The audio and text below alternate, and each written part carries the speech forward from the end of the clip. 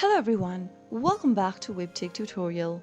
In today's video, I'm going to show you how to log in to Joann.com account. So let's get started without wasting much of our time. Launch open a web browser and go to the URL box and type in Joann.com and press enter. Once you end up in the official website, mouse over to the sign in button at the top right and click on the sign in button in the pop-up. Now, you'll be able to see the login button on the right hand side. Enter your email address in the first text box associated with your account. After you are done, click on sign in. On the next field, type in your correct password for your account. In case you've forgotten your password, click on forgot your password link and follow through the on-screen prompts till the end. If you want to stay signed in to the account, make sure you check this Keep Me Signed In box. Leave it unchecked if you're using a public or a shared device. Finally, click the sign in button and you'll be able to log into Joann online account. That is how it's done. If you found the video to be helpful, go ahead and give us a thumbs up. Don't forget to subscribe to the channel